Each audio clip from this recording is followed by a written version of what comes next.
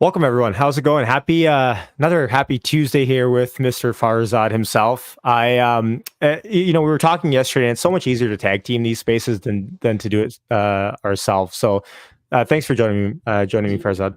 Of course, thank you for having me. It feels like this is our new Tuesday routine. Just two brown guys talking Tesla, bro. Honestly, like, where are your glasses? I thought we were gonna really match today because you had your glasses on yesterday. You know what? I felt like you look cooler with glasses on than I do, and then I want to look like the bozo without. Honestly, what ended up happening is the way the lighting's set up in this room. I get quite a bit of like glare on my glasses, and people were freaking out about that. So I wanted to Okay. save some pain for people. All good. Yeah, and No I got a worries. brand new setup too, so it's like I have a lot to Yeah. manage right now. It's quite crazy Yeah. in these parts. For anyone that doesn't know, Farzad's going to turn into the Tesla Joe Rogan very shortly here. He's going to have in-person interviews. It's going to be 3.5 hours long. There's going to be stuff that we'll be able to cancel people on later. So it'll be a good time. I see a lot of people in the chat as well tuning in. Let me know where you guys are tuning in from, city, state, country, whatever you guys feel comfortable sharing. Before we get into Power Hour, I'm just going to highlight the stock market moves and kind of the day that was. Tesla up 1.75%, which, if you look at the NASDAQ, which is pretty much flat, I mean, it's down 20 basis points, is quite the overall relative strength that we're seeing in Tesla today. For anyone that is curious, Twitter is also, I mean, pretty much flat. So I'm not sure how much of this move is like related to what people are thinking is going to be the Twitter settlement perhaps coming out. That's kind of the rumor going around town. And Farzad's been tweeting about it for 4 months now. And Apple up 63 basis points. So, I mean, Amazon down pretty much 1%, Nvidia up 1.3%. So it's a wacky market, to say the least. What are your thoughts on general macro markets right Yeah, now? it's been pretty wild to follow. I do think there is a I don't know. There's a this whole Fed thing that has been going on for the last few weeks has like really made me realize just how much we are beholden to the greater forces, Mm. of what's going on in the market. I do think that with Q3 on deck here in the next week, it should be an exciting time for Tesla investors as they report deliveries and we start going into Q4 and all that stuff. But it's been a huge learning lesson for me. I think it's becoming more. I'm becoming a more well versed in macro, not because I want to, but because I have to. Yeah. But I think that's a benefit. I think that's a benefit to all of us as investors. The more we learn about what goes on in the world and how it can impact our investments and how we choose to invest our money is good. So and it's been fascinating tracking how Tesla performs versus the rest of the markets as well. I know we talked about briefly how I think in the last space that we did last week, how Tesla seemed to have a general overperformance versus the broader markets, and it still seems to be the case even with today's performance. So that's been kind of fascinating to track. But yeah, what are your thoughts? How are you thinking about it? Yeah, I think the overperformance that we were seeing, especially in the trailing, like let's say last week, it's come down a little bit in the last week here. I'm not sure if that's related to the Tesla China Shanghai week delivery report rumors that were floating around the street last week, or yeah, last week, right? So it could be, people that were buying in anticipation for huge delivery numbers, let's say 370K plus, were cooling off a little bit. I'm not sure. But I mean, a day like today is like, it's really awesome to see Tesla still up 2%. Whereas, something like the VIX, even I look at the VIX often, and the VIX is, where is it sitting at before I went on stream? The VIX is at $33.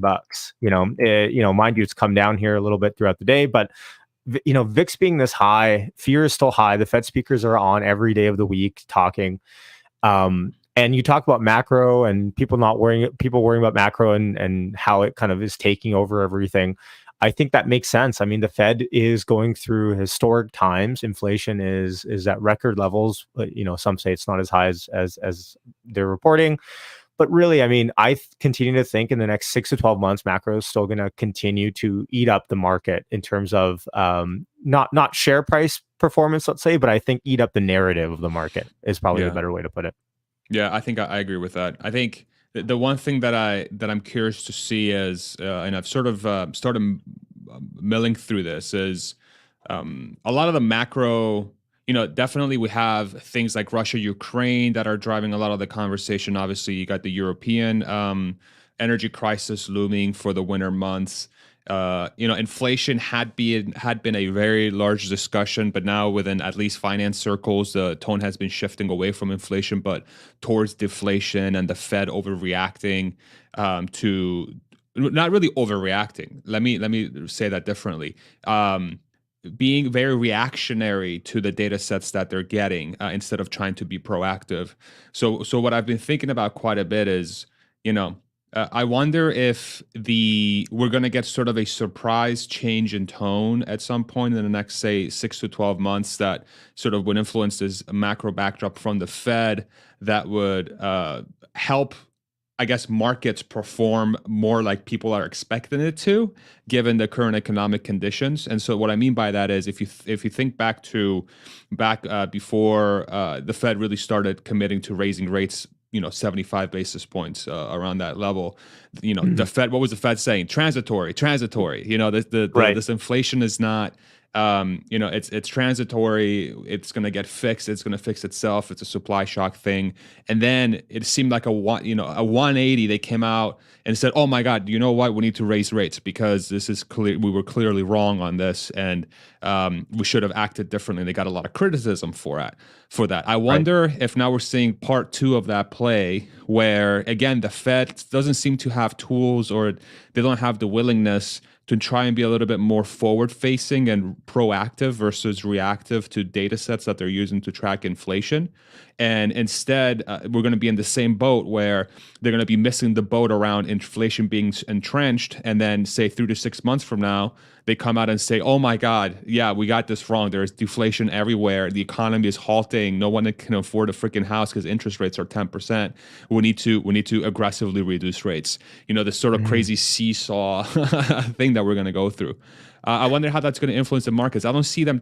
I really don't see them transitioning in and out of policies. I think they're going to make abrupt tone changes, which are going to influence the market dramatically. That's the way I see it. I don't know what I'm talking about. I'm a super not expert on this, but Mhm. if I'm just following how the Fed reacted to the first thing around inflation, and how there seem to be almost stubbornly not paying attention to some of the trends that are going on in the markets today as it relates to deflation, we could have another situation where all of a sudden we get a tone shift, and then markets start to Right. rally on those news. But who knows? Who knows how much lower they can go before that happens? It's I well, okay. I get it. A lot of people hate talking about macro and the Fed, and I get it. Like no one really wants to continue to harp on the same points over and over again. But I think what people miss with the Fed is, in general, they don't want to surprise people. They'd rather the shifting be so obvious that the public is essentially begging them than to Mm, come out and surprise people. That's just the way that they just set incentives. It's whether you want to call it optics or whatever, the Fed yeah. doesn't want to come out and surprise people. So I still think, and I said this on your stream, on the first ever interview that we did on your channel in January. Um, I was like, I think inflation comes down to 4% by the end of this year over year. I'm sweating that a little bit. I think probably closer to 5, probably. But Mm, I still think inflation will come down massively. Kathy Wood was on CNBC for better or for worse today, saying that she thinks that we're going to have month over month deflation for months, probably. So it's and by the way, what this means really, like the way I look at it is, okay, well, obviously liquidity is leaving the markets, liquidity is leaving people's just consumers' wallets in general. There's less money going around. So the money that is around has to really be more pickier and more choosier with where that money is going to stay. Is it going to be in real estate? And I think real estate's kind of the kind of elephant in the room that we're not talking about too much, yeah. because people, we look at mortgage rates over 7% as of today on a 30-year in the States. People are quietly just thinking like, okay, in the next 6 months, is this domino going to fall? Like everyone is kind of thinking that, I think, at least. So if we can show stability there, I'm not sure how, I'm not sure, what that means. I think stability is kind of what we're looking for, but the only way you really get past that is you let time pass. Because something like real estate, just turnover is low. It takes time for stuff to go through. Yeah, sure. Just give you a heads up. I don't know if the folks on YouTube are having the same thing, but your voice is super robotic on Spaces. It could just be me. I don't know if there's anybody else that can confirm that. It's kind of hard to hear Yashu on Spaces, but I think what I heard, and then YouTube obviously to confirm that you heard Yashu correctly, but I'm pretty sure you did because otherwise you would have been seeing a lot of messages. Bradford, is Yashu coming through clearly for you on Spaces? I don't know if you.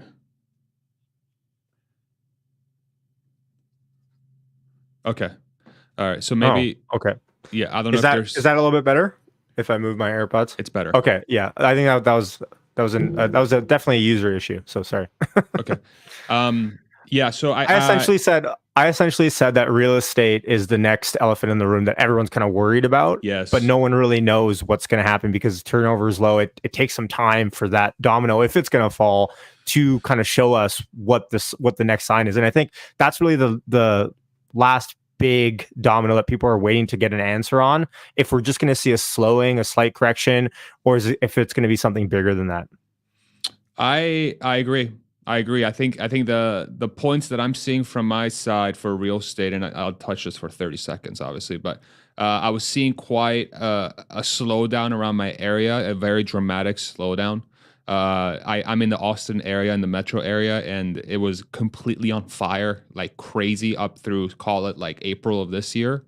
And then once the Fed really started going aggressive on rates, I started seeing properties sitting, like 60 to 90 days is what I started seeing, which is more normal. We're kind of coming back to a little bit of normalcy, I guess, in that respect. But it's a dramatic shift from where we were, and prices have been coming down as well. It's another thing I've noticed. So we'll see. I think it's going to be interesting to watch. I don't know if you see the same exact thing around your part, but at least from where I'm seeing, that's becoming quite obvious. Yeah, let's just give Yeah. it 6 months, maybe. Yeah. Let's talk Tesla. Let's talk AI Day 2. That's happening this Friday, right? Friday, right? Yes, sir. And general thoughts on AI Day 2. I'll kind of leave this to you because this is your domain. So I want to hear your thoughts and what you're excited about Friday. You could call it my domain, and I'm like the least AI expert on the world. Well, I mean, But you've actually worked at Tesla, so fair I'll give enough. you that. I mean, Fair enough. Fair enough. Thank you. I'm quite excited. I think what's been cool to track is there's been like these little rumors starting to drop as they do, around AI Day, and there was something about, I think somebody had to sign off a waiver about they have to give up any sort of like liability from riding in a Tesla car that they may or may not have at the event, which could point to robo taxi. You've also had folks in the AI testing community, like Dirty Tesla, I believe, got their invitation, and there's other people out there that have gotten invitations as well that are beta testers. So that's been pretty exciting to watch. I'm sure it's a thank you for, hey, thank you so much for helping us along in our AI journey. But I right. do wonder if, again, that points to, hey, they might have something there specifically for those folks, maybe related to self-driving or robotaxi. I'm very, very excited. I think tempering expectations is probably wise for an event like this because, again, it has been marketed in the past as a recruiting event. But Tesla definitely knows how to hype up a recruiting event in a way that doesn't make it feel like a recruiting event, And I think I do agree with the overall overarching theme from a lot of the community members that say, hey, like don't get your hopes too high because you could set yourself up for disappointment, or you could be setting a tone out there that people are going to say, wow, like were you so aggressive on some of your things that you were looking for? But I think it's a testament to how well Tesla knows how to quote unquote market these things. Like what other company out there is marketing a quote unquote recruiting event as well as they do. So yeah, I definitely expect the bot for sure. I think the bot is going to make an Okay. appearance. I think how the bot learns to do things is going to become a big theme of the presentation because it sort of aligns well with Elon's language around AGI being a big thing that Tesla has been solving. So full self driving we know could be really the inception for Tesla getting into solving AGI, and AGI obviously applies to really anything. It's general intelligence, artificial general intelligence. So a good way of showcasing AGI or some form of primitive AGI or the precursor to AGI is the bot learning how to do things. And if the bot's really going to be a labor replacement or displacer or enhancer, whatever you want to call it, then it's going to have to be able to showcase how it's going to be able to learn these different tasks. And so I'm curious to see if they're going to show that, and sort of within what type of context that's being applied to. I do think the bot is more likely to be used internally for, say, the first 3 to 5 years, as they prove out the use case and as they prove out the methodology and how they're looking to build a bot and iron out any kinks, and obviously get the benefit of having a automated system in the factory, which is bound to reduce cost and increase efficiency, so on and so forth. And then I'm still hopeful that Robotaxi will show up. I do think Robotaxi is going to make an appearance. Based on what I said last space, it's been 3 years since they last showed a product that you can reserve, which was the Cybertruck. November of this year will be 3 years. So I do think Robotaxi will make an appearance, and they'll showcase how exactly it's going to be monetized, and how the economy is going to the Robotaxi economy is going to fit within their solution. So what are you looking for? What are you looking forward to? Well, I mean, first I just want to say, like, that's a lot. Like, if that all of that happens, that'd be a very exciting day overall. I'm kind of on that boat of like keeping expectations a little bit tame, just trying to see where they're at. Dennis Hong, by the way, I'm sure you saw this. Dennis Yes. Hong, and I put it up on the screen here, tweeted, "Get ready for AI Day 2022 Cybertruck." So I'm not sure I'm not sure how to read into this. Do you read into this at all? So who made this? Did Tesla make this, or did Dennis make that picture? Like, what? I'm trying to figure out who Well, made that picture. so Dennis is a professor, mechanical aerospace engineer, UCLA. He works with AI Day 1, if I recall, or with the Tesla bot before that happened. Sorry, He Yashi, was you're super partnering. garbled on spaces. I can't understand. Is this a little bit better? Maybe I have to hold my phone up here. It is much better. Okay, so Dennis Hong was during the Tesla bot reveal, kind of, I forget what his connection was, but Tesla was partnering up with him and his team with the Tesla bot, and so him tweeting out with the Cybertruck. I'm not really sure the significance of this. You can see some Tesla bots in the background. Maybe someone has better idea of what that means. Sawyer's tweet is amazing. Yeah, but my expectations are still low. I don't know really how to read into this at all. Yeah. But I do agree with the Robotaxi probably the most out of everything that you said. Mostly because that's the only real thing. The Tesla's kind of out of my domain for now. But the Robotaxi, I continue to think like Tesla's next step with Robotaxis is announcing a city that they're going to partner with to do a case study for Tesla Robotaxis. So I continue to, and I'm not sure if that's even remotely on the agenda for tomorrow, if it's mostly bot related, but that's what I get excited about when I think about AI Day for now. Yeah, I think the fact, again, like, you think about, this is supposed to be a recruiting event, but there's this type of hype around a recruiting event. It's maybe they are innovating on. I mean, they really have innovated on how to run recruiting events and trying to market for these things. But as a person who follows the company and gets really excited about its products, I can't help but feel like there's going to be more than just those things, And but tempering expectations is correct. I do think, you're definitely the more level-headed of the two of us. So I appreciate you saying that. No, I think it's cool to get excited. I was when I did my FST beta drive with Lex, an awesome follower of the channel. He Lex Friedman, graciously nice. let me. Awesome, dude. Yes, Lex Friedman. Yeah. Him and Lex and I are tight.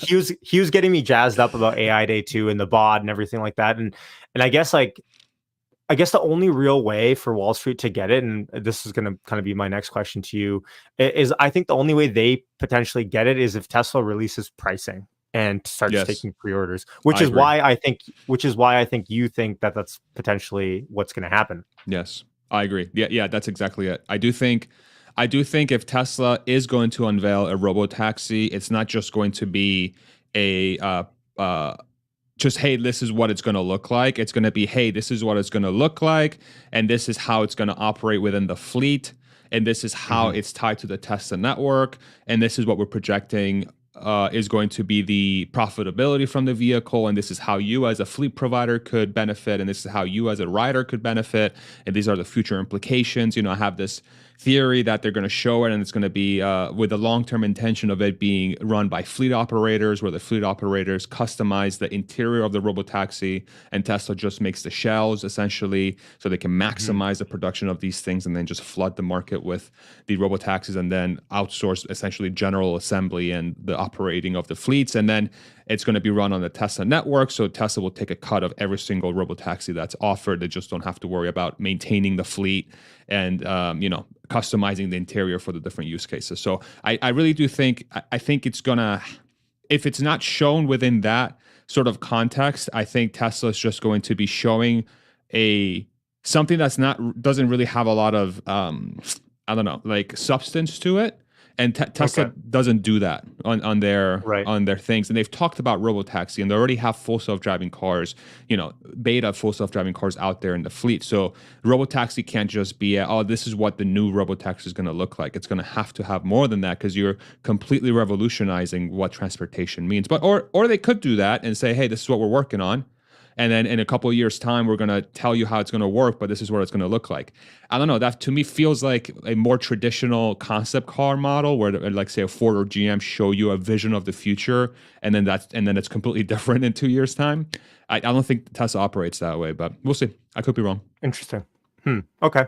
I'll keep my expectations tame for any. I really don't think like Yeah. you guys know Let like me be I'm on super team. optimistic. You can be tame. I'll be the crazy person. Awesome. 280, 243 sitting on Tesla up 2.3% now. So I mean, quite the strength. 288 is high of day. So take that for how you want. Yeah. Do you think the AI day too? Like, what are you expecting, if at all, any reaction from Wall Street on AI day two? It's very interesting you say that, because there's a comment from Emmett at 2:21. What time is it now? Okay. So a couple minutes ago. Do you guys think they announce? Oh, shout out Emmett, by the way. I love him. He's Yes, the sir. man. He was on my channel on Friday. Do you guys think they announce pricing and or take orders to get a gauge for the order of magnitude and demand they have? Could be 100,000 orders or 10 million orders in first 24 hours. Now, I'm assuming this is in respects to Robotaxi, Emmett, or it could also be in respects to bot. But either or, I think if they do open that floodgate and they start gauging what sort of demand's going to be out there, that type of behavior, I think, has to drive markets, right? Because if they open the reservation for robotaxi and there's, I don't know, 500,000 people reserve a robotaxi in the first 24 hours, that's something. That's additional revenue and additional earnings that are tied to self-driving that I don't believe the market is pricing in at all. And so if that becomes a reality, then you would think that the market has to take this into account, because from all the discussions we're having, it's, especially if you take somebody like a Gary Black, who I completely love, and I've spoken to him a couple of times, and he does a really, really good job at viewing Tesla from a hard numbers perspective, and not trying to give them any additional credit than they deserve based on how much they've done so far. Somebody like him, as an example, who's viewed as a bull by his peers on the market, he has zero priced in for full self-driving, essentially, a robotaxi network long term. And so something like this should indicate that, hey, there's, I don't know, 100,000 people or 500,000 people out there that are looking to reserve a robotaxi, and this thing is with the intention of being 100% self-driving, and that has to force the Or is that market to price it. I It think your has to Twitter force the Spaces, market to your price it. And headphones now are they could say, okay, well, there's going to be connected an to uptick something here, else. which is going to Is mean that less just me? people are going to buy Model Ys and Model 3s. I don't know. That's where it gets kind of interesting. So as long as it's not being digested as a Or is that cannibalization of Tesla's current fleet, it should influence the markets. But it's rare that the market understands what Tesla's working on these events, right? They're usually like a buy the rumor, settle news kind I don't know of if that's just me. situation. Is So it what do you think, anyone else Yashu? here? Oh, hello. Yo, I Farzad. lost you on Spaces, Yashu. Or did I? Can anybody else hear Yashu, or am Oh, I? okay. I was like, What happened? I was like, is that me? I'm not sure. I had no idea. What the? Um, Can you guys hear me? oh, The fuck? Okay. Oh, really? Okay. Hold on, I don't think he has I kids, lost my but audio. Sorry, Yashu. I guess maybe we didn't know that. Or is that? Oh, there he is. He's taking out his AirPods now. All good. I'll continue here. You guys, yeah, everyone on YouTube can hear Farzad fine, so that's okay. I'll just give him a second here. Devil's advocate here for a little bit. I think Tesla really, like with the robo taxi pre-orders and whatnot. Uh, like if hold on, there he is. He's coming back in. I think Tesla would have to really show that they're serious because I mean, taking pre-orders, yes, that's technically revenue, but you can't account for that revenue yet. It's going to be deferred. So I think pre-orders are fine. It makes sense overall, but I still think that Tesla would have to have some sort of actual way to account for taking in that revenue and then accounting for it. So if, short of them saying like, look, we're partnering with the city of XYZ and starting January, we're going to start running a limited beta of of a robotaxi fleet in and around so and so areas between like kind of like the Waymo cruise model. Let's say I don't think Tesla's going to do this limited hour thing, but let's say if they did, that's the only real way that I can consider that Tesla can actually start accounting for that revenue in a way that Wall Street cares about. I just don't think deposits and pre-orders, and this is why, by the way, like I'm team Tesla should not.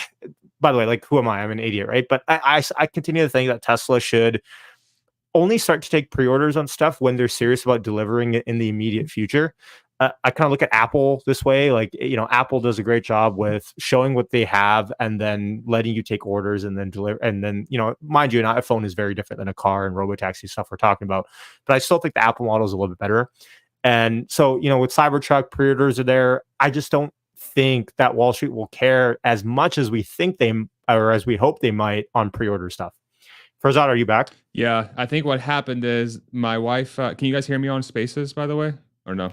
Yeah, Okay. we can now. I think what happened is my wife got in the car, and I'm somehow on the second story of the house, and the car switched to my phone, and then my AirPods went crazy because of it. I have the brand new AirPods. I literally just opened them this morning. Who knows? So, but I think I'm back now. I apologize for that, everybody. All good. I do see Emmett though. He replied and said, "I'm thinking pre-orders for the bot. It's such a new thing. Maybe they have no idea what demand really is, so they want to gauge." Is my thinking. Yeah. I don't know. I don't know if they'll take. I don't know if they'll take pre-orders. I don't know. Maybe they'll take pre-orders for the bot, but I think they're going to have to set an expectation for how long it's going to take for people to be able to get their hands on it. Because I just don't see. And this is me trying to temper my expectations. I don't see how Tesla is going to be able to offer a bot that's going to be useful in a non-factory or non-traditional work environment for at least the next 3 to 5 years. And I say this based on zero knowledge in AI. It's just a gut feel. Like that seems extremely hard to do. But, Yeah.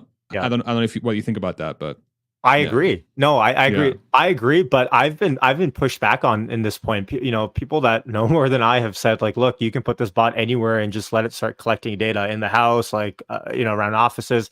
I just think Tesla is the perfect company. If they're going to launch a product like this, they should be their own case study and start showing internally what the bot's doing, how it's, affecting cost, effectiveness, production overall. Yeah. They can be their own case study and then use that case study.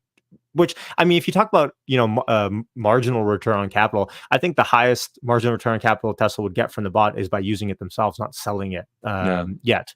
So, I mean, that's my thought. I don't want to get into bot too much just because I have zero knowledge of it. Can overall. I throw one thing out there though for the bot? But here's the deal though. How many YouTubers out there and people that have like something that you can see will buy a bot just to have it and be like, do something stupid. Ha ha ha. That's so funny. Like it could be an entertainment thing for the next 1 to 2 years. I wonder if there's 100,000 like and I speak it as a stupid YouTuber, right? Like if a bot was out there that I could buy for say between 25 to 50 grand and it was open reservations, I would 100% buy one because the amount of incredible content I'd be able to make with that bot using a YouTube channel would be unbelievable. So then my sort of I try to allow my imagination to go crazy. There's like, okay, what are the use cases for the bot that could apply for people to want to purchase this thing, even if it's quote unquote useless for what it's intended for. But again, it allows Tesla to leverage the data set that we gather by having this bot there, and they can utilize that customer base to, I don't know, help it design it and help it learn certain tasks, right? I don't freaking know. Like that's the kind of I think that's how we have to think about the potential nature of this technology moving forward. But yeah, Yeah. I mean, look, I think I said this a couple weeks ago. If Tesla made a toilet, people would buy it, right? hell Like yeah, that's where we are with Tesla's brand loyalty. But that doesn't mean I don't think that's the best use case to start off with. And I don't think that's going to be the way that I think Elon would look at the highest uses for these bots. of course, But I get your point. The point is that Tesla could start taking pre-orders and selling anything to anyone, and they would start making money because of the brand loyalty that they have. right, So yeah, point taken there. yeah, Um, I wanted to talk a little bit about Tesla deliveries coming up. So this Sunday is kind of expected for Tesla, and delivery numbers coming out. We got some news out of Shanghai. Actually, I'll pull it up on my screen here for anyone, and I'll read it out in case people can't see. But we got some news saying, or a couple pieces of news that I'll conglomerate here. Tesla plans to hold production at Shanghai about 93% of capacity through end of year. That's a Reuters exclusive. And then we got Tesla employees are asked to help with, quote, very high volume of deliveries for end of quarter three. You've worked in Tesla. You've worked at quarter ends. Probably not fun. hell Let's no. hear your thoughts when you hear about these reports. Yeah, par for the course. So the one thing that's interesting about this September 20 is, so usually when man, I probably shouldn't say this. Okay, I'm gonna keep that to myself because I don't want to. Say it. Say You it. know what? I'll screw it. Usually, when I worked at the company, these emails would come out earlier than say 3 days before the delivery was, and it was maybe like 1 or 2 weeks prior. So it is. Sorry, Elon's lawyers. I hope I don't go to jail for that. But I do think that it's interesting that it's come out like three to 4 days before quarter end, which says that maybe they have a surplus of production towards the end of the quarter that they really want to get through the channel. Or what it could also mean is that they're really trying to set up the next quarter to go as. But see, that wouldn't make sense because theoretically you would want to save these for quarter four to really make it an insane number. So, yeah, it could be that they just have a lot of production and they need to get it out the doors. And right now they don't have the proper channel set up to get those cars out. The thing that I struggle with that email specifically is that at least in Q4, Elon was very he was very open about saying like, hey, listen, Q4, we're not going to do our usual crazy thing. We're just going to, go through the process and just ship the cars, and whatever number comes out, comes out. And then we were blown away by the response we got. But at the same time, Tesla does like to ask for help. If there's opportunities out there for service centers to get some additional headcount to try and sell more cars, they'll put out the feelers. I don't know what percentage of the staff is going to, maybe 1 or 2% of the staff, maybe probably even less, honestly, way less than that, are going to take on the offer to go do that. But yeah, it's kind of par for the course, a little later than usual if the email was going to be sent. But Okay. I wouldn't read too much into it, is what I would say. Yeah, I think par for the course is a perfect way probably to put it. When you work at a fast growing company like Tesla that's always trying to reach its next limit of demand and production, like end of quarter, working on sales teams in the past, like end of quarter is not fun. You got to put in long hours. So I mean, it's good. I mean, what's interesting though is I don't think we've seen any incentives. I mean, people or in North America, people are kind of worried about, are people going to delay until next year for delivery because of the new EV tax credits, the 7,500? And it seems like, even last year, last couple of years, when Tesla would do like 3 months of FSD, subscription, or I got 1 year of supercharging as like an incentive to pick up my car before year end, right? So they had these like little things they could sprinkle in. We're not seeing that here in North America, which if there was any softening of demand delivery or delivery demand, then you probably would have seen.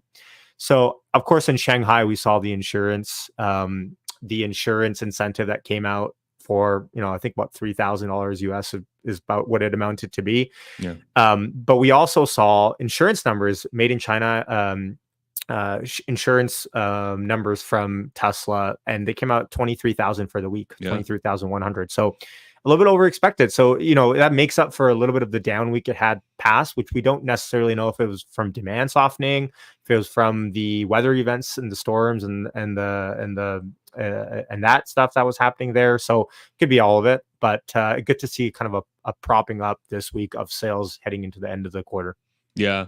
I read somewhere that some of the China sort of like the headline thing about 93% capacity or something was really due Uh-huh. that the 100% number is not really correct, and that the 100% number was actually an overstretching of the capabilities of the factory, and that at the current time with the amount of folks that they have and the shifts that they have, so that it's Mm, sort of a misleading way of thinking about Tesla's overall production. But mm, yeah, I do think that the thing that I always focus on when it comes to these two quarters is when Elon and the leadership team decided to call everybody back to work from remote and did uh-huh. a trimming of the fat with a 10% salary workforce.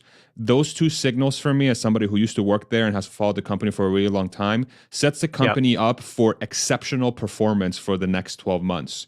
Because now you have a super motivated workforce, you've removed all the bottlenecks, and you have everybody on site now, in addition to, and you have these huge goals that you're about to break, and these records you're about to break. Typically, when I worked at the company, these coalesce into making the vibe in the company super, super strong. And you have a Mm, lot of motivation to get after it because you feel like a weight has been lifted off your shoulders and you can really get after it. So, huh. within the context of Q3 and Q4, I think of it as they're gonna perform really, really well.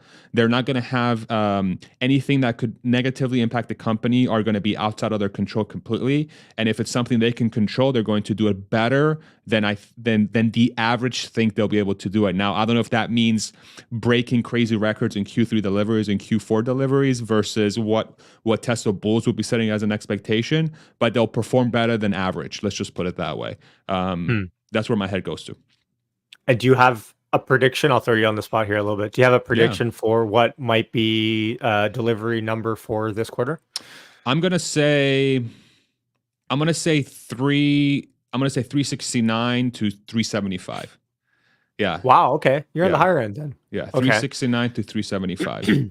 Yeah. I think the street is at 360, give or take. I think So 357 the last time I okay, yeah, checked. okay, Something like that. 357. Yeah. So 357, the street's at.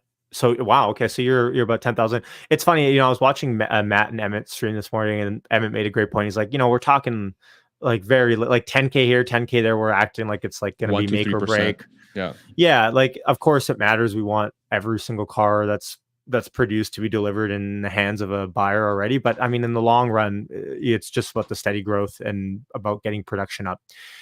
Do you worry, by the way, at all? There's been like a increased sentiment of like demand in China. Do you worry about the long term demand in China, or let's say the intermediate term in the next 1 to 3 years, if there's like a recession or a macro crisis, a market crisis in China at all? I short of like a dramatic collapse of the Chinese economy because of the different things that are going on there. I know like the housing crisis is a big deal right now. Their zero COVID policy does tend to cause more headaches than not. And there's other sort of things that are going on there, especially with the Taiwan stuff. Who knows?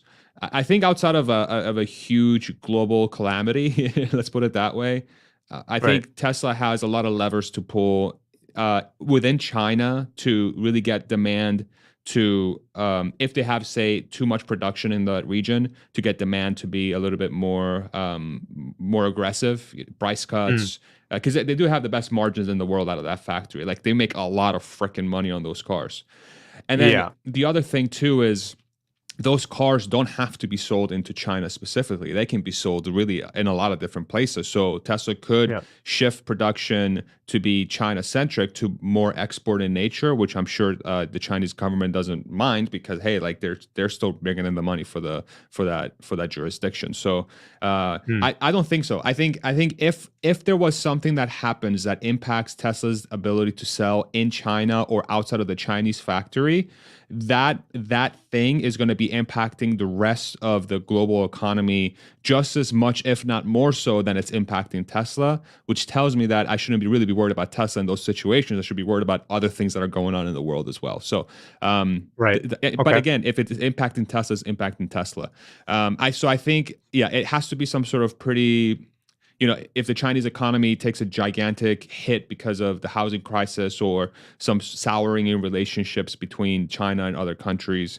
But outside of that, I don't really see anything. But I'm not super well educated in this. What do you think? I think you're right about the export. I mean, Tesla can just start using Shanghai as an export the majority of the time if demand all of a sudden, like if the Chinese government was like, hey, look, we don't really want these cars internally or whatever, but I don't think that's going to happen. I mean, there is a case to be made. Like if you're trying to be prudent in the long run, if you want to hit something crazy like 15, 20 million units a year, I think China, like you're going to need China Yeah, and or robotaxi. So, yeah. So, I mean, longer term, something to think about. But I mean, Chinese consumers, we've seen like they love the Tesla brand. There's a lot of great Chinese EV manufacturers out there.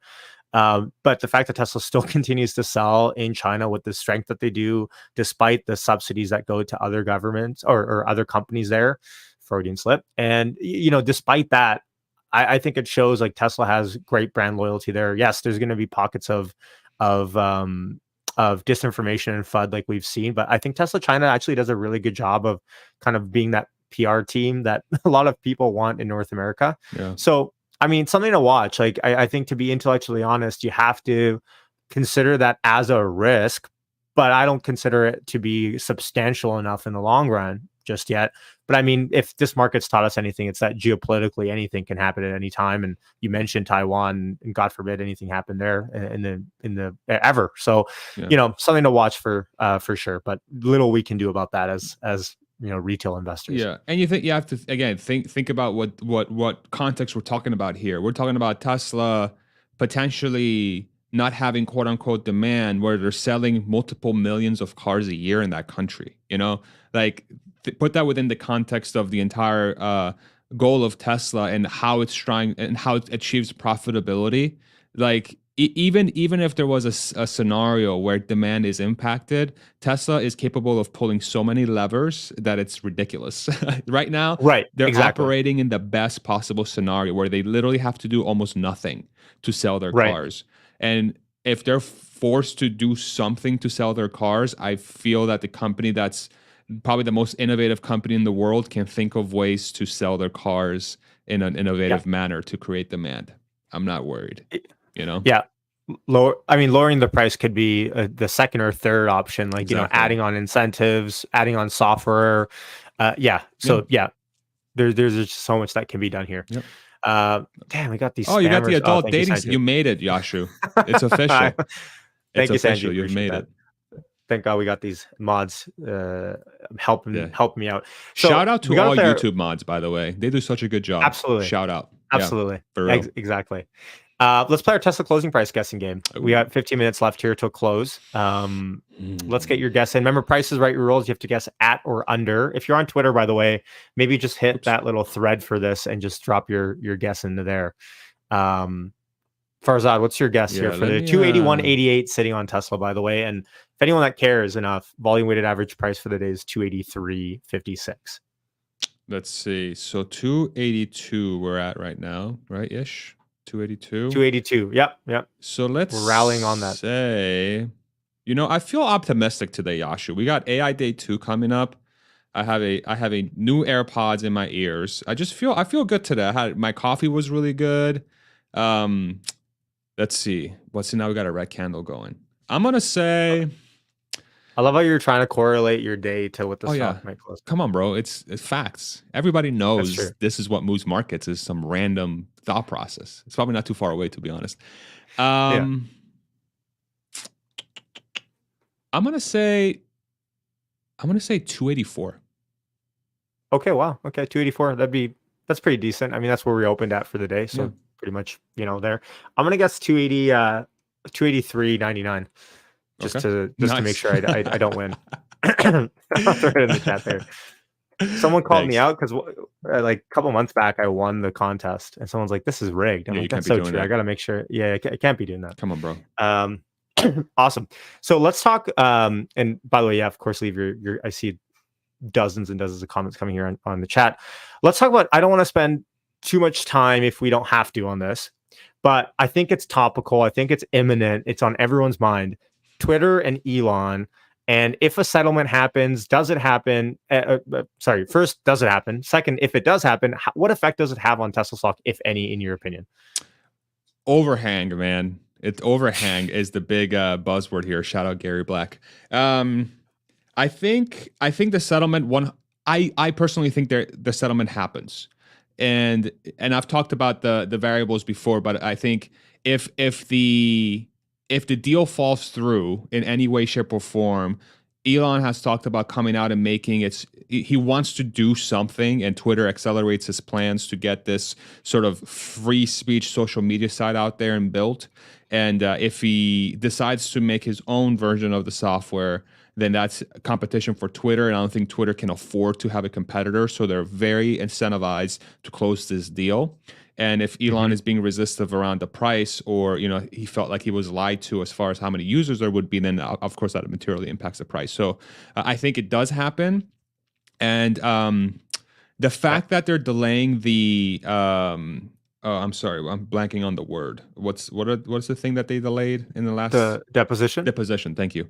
right? The fact that the depositions were delayed, it could mean nothing. It could mean, hey, like these guys are just busy and they have stuff going on this week, so we need to delay the Right. deposition. But why didn't you say that like 2 weeks ago? Why did you wait until this week to make that statement? So could they be working something behind the scenes? Could they be close to a Mhm. settlement, and they don't want to waste their time being deposed if they know they're going to reach a deal, right? So Mhm. yeah, I to me, I still think that I'm gonna say like 75% chance settlement happens, 25% chance it doesn't happen. And yeah, what do you think? Yeah, I pretty much agree with that. I think it makes sense. I'm not sold on the overhang as much. Like, I think if the settlement happened, and I guess Boyle makes a really good point in the chat. Like, it depends on the price of the settlement, of course. Like, Of if course. it's really cheap, or Elon has a lot more cash to potentially want to continue to buy Tesla. I mean, he said if he has cash left over, he's going to buy Tesla again. I'm not sure if that's going to happen, but it is what it is. So I guess it depends on the price, but I'm not sold. Like, let's say if it's close enough, the price is close enough to what was agreed on, $52, whatever it was a share.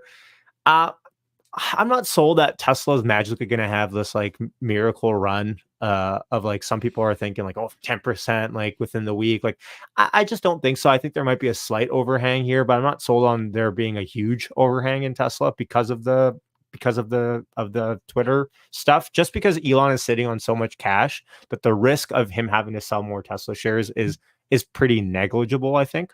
So, I guess we'll see. It will be good though to finally stop talking about it and to have an answer. I think that much we can agree on, because at this point it's kind of getting like, it's like we're milking the same narrative over and over again.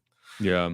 How much would Elon buy back if, say, the deal closes at, I don't know, $50 a share instead of 54? How much cash would be left over for Elon to put back into Tesla that he sold to close at $54? Does anybody know that answer? Uh maybe someone does. You I know? I don't I don't know. I don't think 50 is enough of a discount for that to be massive. And again, it depends on his financing as well, right? Like, if financiers have to back out, he needs to put more cash in. It depends. There's a lot of moving parts here. So Um, how much did Tesla sell? How much did Elon sell originally in his for this whole Twitter thing? Was it 15 billion or something? I forget the number. something like that. Yeah. Something like that. Okay. Yeah. So 15 billion, when he sold 15 billion ish, I mean, the stock price went down 15, 20%. right? When he put that in the market. So for every dollar, for every billion he buys back, it could, put the price up another percent. This is just stupid math, right? Don't follow this math, Right. but this is kind of where my head goes to. So I think the price of settlement is going to strongly dictate how much Tesla is going to move, and the closer we are to the $54, the less it's going to move. Because Mm. there's no implication of Elon having cash left over to buy back Tesla. If the deal Right. falls through and he pays his $1 billion settlement fine or his fine and moves away, then theoretically the implication there is that Elon's going to dump that money all the way back into Tesla. So that should have the biggest upward pressure for the stock. So Yeah. that's how I think about Tesla's movement in relation to Twitter. Yeah. We got Jason here on the Twitter Spaces. I Okay. might have an answer. I'm going to put you on speaker here. 1 second. Y- Jason, or sorry, Jordan, not Jason. Jordan, if you want to unmute yourself and speak, go ahead. Yeah, what makes me nervous every time he sells, I totally get the free speech thing. But when he unloaded, I don't know, was it 12 to 15 billion worth of stock? That's less control that he has. And then we get these silly resolutions passed at the annual shareholder meeting. I forget one where people can group together and then vote for a new board member. And so whatever ends up happening, I mean, I hope he can put the majority of the funds that he made by selling Tesla stock back into it and get more control of the company. And I think it would have been better for him to just kind of made his own. I mean, I get that they already have their network effects, but every time he does this, that's less control for him, and then people who who have other incentives get more control. Right. Yeah. Awesome. Thanks, Jordan. I'm going to connect my AirPods again here. Yeah. You know what? I get the sentiment. You know what's crazy though is like, despite Elon selling like this crazy amount of just in magnitude of money, right, of stock to get all this cash, like still it's very not negligible, but it's very low in terms of his actual percentage of ownership of Tesla, which is crazy to think in terms of how much cash he's pulled out, and and yeah, we get these huge stock price movements, but I mean, I'll have to pull it up to see what ownership is, but I reckon it's not a material enough difference where I think Elon's very protective over that. Where I think if he all of a sudden was in a position where he'd have to sell, like, let's say, a significant amount of his Tesla ownership, I think he'd be more worried and probably back out of stuff. And I think Tesla is kind of like his crown jewel, so to speak. But we're rallying on this 283. By the way, if you have any thoughts on that, Farzad, in terms of Elon selling, I think he he makes a good point for sure. I do think that the amount of buying that's going to have to happen by others is going to have to be a gigantic amount, because Elon owns like what 20% plus of the company. That's a lot. That's a lot of ownership in that company. So I think over time it could. We have to be careful thinking about Elon's influence on Tesla long term, if a lot of his shares do get sold in the open market or if it's heavily diluted. But I think for this deal, I think it's inconsequential, to be honest. I think it just becomes a question of Elon is super passionate about what he wants to get done for the world, and he's going to use any means necessary to get it done. Money is just a tool for the guy. I don't think he views it as any sort of like anything to try and live a lavish style or as a symbol or anything like that. So whatever he can do to utilize money to make his dreams happen, he'll do it. I also want to give a shout out to you, Yashu. You're getting props from Emmett for your great innovative idea of using the speaker on the mic, dude. yeah, I actually I got a lot of feedback last week from people on YouTube that they love the whole like radio kind of style. It's really cool. We got a couple people here. Tesla Herbert, of course, which I will accept here. I'm not sure if he's just getting ready for his set coming up, and also Naveen. Let me see if I can add both of these guys. And by the way, one of us will have to unco-host right at 1:00. By the way, okay, to get on. So let me know if just put your hand up if you want to talk, and then I can set everything up before for people on YouTube. So we got 5 minutes left here. 283.35. Farzad, quite the rally here to end the day. I told you it was going to happen, bro. I told you. I think you're right. 2.6%. Pretty good. Oh, hold on, Naveen. 1 second. Thanks. Just a quick question. Yeah, just first of all, appreciate the commentary and just the thoughts. Like, what time do you guys think the actual event's going to be on Friday? Do you think it'll be after hours, or do you think it'll be during hours? Because there's really no time indicated on the invite. You mean the AI day event? Yeah. Okay. It's probably going to be, if I were to guess, it'll probably be like a late afternoon, evening event for most of the country. It might be like early afternoon for Tesla, but I don't see them doing something like that after hours. I think, I don't see them doing it after hours in Pacific time. I'm curious. Yeah, the fact that they don't have a time for the event is weird. I see it. I Googled it. It's 5 p.m. Pacific is the time. So take that for what you want. Crazy over there. Sorry. I just Googled it. It's CBT News is reporting it's 5 p.m. Pacific. So. Oh wow. Okay, I was wrong. Interesting. Yeah. So. Okay. Yeah. Oh well, if you take it with a grain of salt, I have no invite, so I guess someone with the invite would know for sure. But no, I think after hours makes more sense, man, because you just don't want headlines coming out and from the wire and affecting stock and the market and all this stuff. Like, just do it after. That's kind of I think what usually is done. Fair enough. So you got 4 minutes left here. 283.36. I think my guess of 283.99 might be on the table. I don't want to jinx it. Yeah. Let's talk about something you want to talk about. What's on your mind with Tesla? Yeah, I mean, for me, the thing that I'm most excited about by far is AI Day 2. By far, I think I'm looking forward to that quite a bit. I think it could have a lot of implications for how people view the company, especially if they're able to get Robotaxi shown in that event. But I'm also quite excited for Q4. I think Q4, we don't even have Q3 out already, but Q4 has the potential of just completely redefining what Tesla means as a car company, because they have the potential to end the year with a 2 million vehicle run rate, per year. I'm not saying they're going to ship 500,000 cars in the quarter, but the last few weeks of the quarter, they very well could be selling at a pace that's at or over 2 million cars per year. That takes the automaker, like you could say up to 1 million cars. Like, okay, you're still kind of niche, you're small. Between 1 to 2 or even 1 to 3 million, you're kind of okay. You're getting up there. You're a pretty big car company, but 2 million plus cars a year, that puts you in a pretty kind of exclusive club of larger automakers. Forget it. Once you get to 5 million cars a year, then you're in the top echelon of automakers, right? So it's the sort of path towards Tesla going from super niche to kind of mass market to truly mass market. And Q4 is going to be the start of that narrative, So it's not just going to be this car company that's generating a gigantic amount of profit. It's going to be a car company that's generating a gigantic amount of profit and selling what could be the most cars per year out of any automaker in the next 5 to 10 years. So it's exciting, man. The prospects of Tesla to this date are extremely bright. Not even forget bot and Robotaxi and all this other stuff. Just their car business alone has a lot of excitement around it. Energy never gets talked about, so I'm excited to see that starting to ramp up, especially given Martin Viecha's comments not too long ago about how Tesla's no longer really constrained from a battery perspective right now, and they can do kind of what they want. These are exciting things, man. So Q3 is cool. Q4 is going to be insane. AI Day 2, I can't stop thinking about it all week.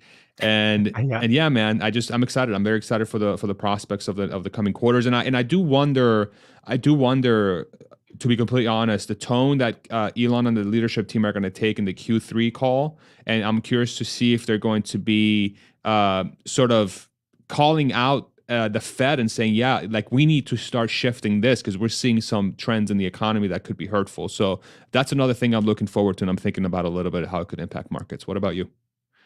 Love it. No, that all of that and the above. And I think it's exciting times. I mean, there's a lot of work to do ahead for the Tesla team and the growth story. Like it's still ahead. I mean, when we say the growth story is ahead, that's not to say that it's going to be easy, but really a lot of the heavy lifting is still ahead, and execution has to be done, and all this sort of stuff. But on Twitter, I will leave so Herbert can take over here, but I'll continue on Twitter with you or on YouTube with you for the next couple minutes if you're down, Farzad. Yeah, I have to switch my my headphone then. over to the Okay. to the thing. So do I have to make Tesla? Okay. Do I have to make All good. Herbert into the host? I'm Then? just gonna leave I just left the Twitter Spaces. I'm only Oh, on YouTube now, okay, so let take me your let me go time, do ahead and whatever do you that. need to do. 282.94 finishing up on Tesla stock on YouTube, folks. I'm back on YouTube. I'm back on the comment section. I'm reading 282.94. I'm gonna have to find the winner as to who this stream is. Maybe Hadouken can help me. Maybe Ahmad can help me here. But let me pull it up here. Hold on one sec. 282.94. I mean, where did this day come from? I don't necessarily know where we got this strength from. 2.5% up for the day. I see Lex guessed 282.21. James beat him at 282.74. DRK at 282.16. Oh, Jason Lee so far 282.82. 282.69. Farzad, can you hear me? Let's see here. I think so far it's Jason Lee at 282 282.82. Let me just see if anyone guessed 90 in the 90s. 282. Oh, Marcus 282.84. You're deep, a couple cents below. I think that's our winner. That's our winner. Marcus S is our winner. 282.84 for the day by 2 cents. By 2 cents, folks. Wow. Yeah, there you go. The winner of the day. Congrats, Marcus. I'll send you some virtual juju through the screen later. Are you surprised at this up move today? I mean, just to give context, everyone, Apple was finished up 66 basis points. NASDAQ was flat for the day, up 0.04%. Amazon was down 64%, 64 basis points, 64%. And Tesla was up 2.5%. What are your thoughts on the relative strength, man, to close? It's great. I mean, again, this is it's just fascinating to watch that Tesla is able to perform as well as it does when other companies don't, you know?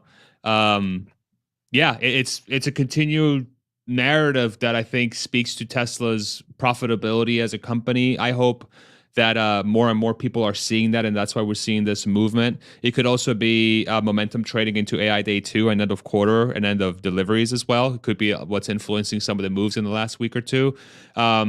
But that could very well be with the understanding that Tesla's profitability and earnings numbers are going to be bananas. So it's great, man. It's good being a Tesla stockholder in this environment, and when there's a recession potentially looming, and there's a lot of barking about how bad the economy could be here in the coming quarters, and you have a company like Tesla that's able to withstand a lot of that pressure with its future products coming up and its prospects, it's a great place to be. So it's exciting to see. It's very exciting to see. And very surprising, like overall, I'm not entirely sure how this happened. By the way, I think I might have flubbed the winner as well. I think Tyson also is up there, who also guessed pretty much. Hold on, I had it here. One second. Where'd it go? Come on, Yashu. Tyson. Yeah, I know. And by the way, I appreciate everyone sending me.